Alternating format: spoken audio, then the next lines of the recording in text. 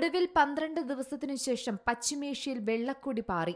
വെടിനിർത്തൽ അംഗീകരിച്ചിരിക്കുകയാണ് ഇപ്പോൾ ഇറാനും ഇസ്രയേലും. അതായത് പശ്ചിമേഷ്യയ്ക്ക് മുകളിലായി ആഴ്ചകളായി മൂടി നിന്നിരുന്ന ഗ്ലോബൽ വാർ എന്ന ആശങ്കയാണ് ഇതോടെ നീങ്ങുന്നത്.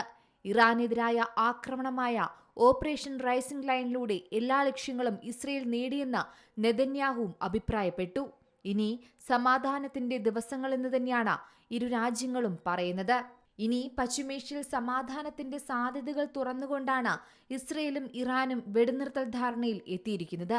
വെടിനിർത്തൽ നിർദ്ദേശം അമേരിക്കയാണ് മുന്നോട്ട് വെച്ചതെന്നാണ് റിപ്പോർട്ടുകളിൽ പറയുന്നത്. അമേരിക്കയുടെ ആവശ്യം ഇസ്രയേൽ അംഗീകരിക്കുകയായിരുന്നുവെന്നും റിപ്പോർട്ടുകളിൽ പറയുന്നു. വെടിനിർത്തൽ ധാരണ സംബന്ധിച്ച് ഇറാനും സ്ഥിരീകരണം നടത്തിയിട്ടുണ്ട്.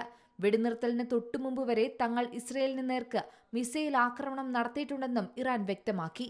തെക്കൻ ഇസ്രയേലിൽ നടത്തിയ ആക്രമണത്തിൽ 4 പേർ കൊല്ലപ്പെട്ടുവെന്നാണ് റിപ്പോർട്ടുകളിൽ പറയുന്നത്. ഇന്നു പുലർച്ചെ ഇന്ത്യൻ സമയം 3:30 വെടിനിർത്തൽ ധാരണ സംബന്ധിച്ച് ഡൊണാൾഡ് ട്രംപിന്റെ ആദ്യ പ്രസ്താവന പുറത്തുവരുന്നത്. അതിനുശേഷമായിരുന്നു തെക്കൻ ഇസ്രയേലിന് നേർക്ക് ഇറാൻ ആക്രമണം തൊടുത്തുവിട്ടത്. പിന്നീട് ഇന്ത്യൻ സമയം 10:38 വെടിനിർത്തൽ നിലവിൽ വന്നതായി ട്രംപ് ഔദ്യോഗിക പ്രഖ്യാപനവും നടത്തി. രാവിലെ 11:40 വെടിനിർത്തൽ നിർദ്ദേശം അംഗീകരിക്കുന്നതായി ഇസ്രയേലും ഔദ്യോഗികമായി പ്രതികരിച്ച് മുന്നോട്ട് വന്നു. അമേരിക്കയാണ് വെടിനിർത്തൽ നിർദ്ദേശം മുന്നോട്ട് വച്ചതെന്നും ഇസ്രയേൽ വ്യക്തമാക്കുകയുണ്ടായി. അതേസമയം കഴിഞ്ഞ ദിവസം രാത്രി ഇറാന് നേരെ അതിശക്തമായ ആക്രമണമായിരുന്നു ഇസ്രയേൽ നടത്തിയത്. ഇതിൽ എത്ര പേർ കൊല്ലപ്പെട്ടു എന്നതിൽ ഔദ്യോഗിക കണക്കുകളോ വ്യക്തതയോ ഉണ്ടായിട്ടില്ല. തങ്ങളുടെ ലക്ഷ്യങ്ങൾ നേടിക്കഴിഞ്ഞതിനാലാണ് വെടിനിർത്തൽ നിർദ്ദേശം അംഗീകരിച്ചതെന്നാണ് ഇസ്രയേൽ പറയുന്നത്. ഇറാൻ ഇപ്പോൾ ഒരു അടിയന്തര ഭീഷണിയല്ലെന്നും ആണവായുധ ബാലിസ്റ്റിക് മിസൈൽ ഭീഷണികൾ ഇല്ലാതാക്കിയെന്നും ഇസ്രയേൽ പറയുന്നുണ്ട്.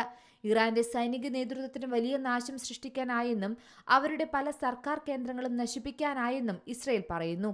അതേസമയം നിലവിലെ ഒരു സാഹചര്യത്തിൽ പശ്ചിമേഷ്യയിൽ തുടർ ചർച്ചകൾ എങ്ങനെയായിരിക്കുമെന്നതിൽ വ്യക്തതയില്ല. അമേരിക്കൻ ആക്രമണത്തിൽ തങ്ങളുടെ ആണവ കേന്ദ്രങ്ങൾക്ക് വലിയ കേടുപാടുകളൊന്നും സംഭവിച്ചിട്ടില്ലെന്ന നിലപാടിലാണ് ഇറാനും.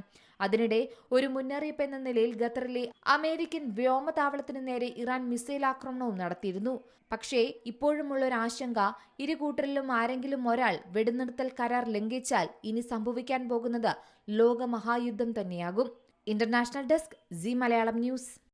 ഏറ്റവും പുതിയ വാർത്തകളും വിശേഷങ്ങളും വിരൽ തുമ്പിലറിയാൻ സീ മലയാളം ന്യൂസ് എല്ലാ ഡിജിറ്റൽ പ്ലാറ്റ്ഫോമുകളിലും ലഭ്യം.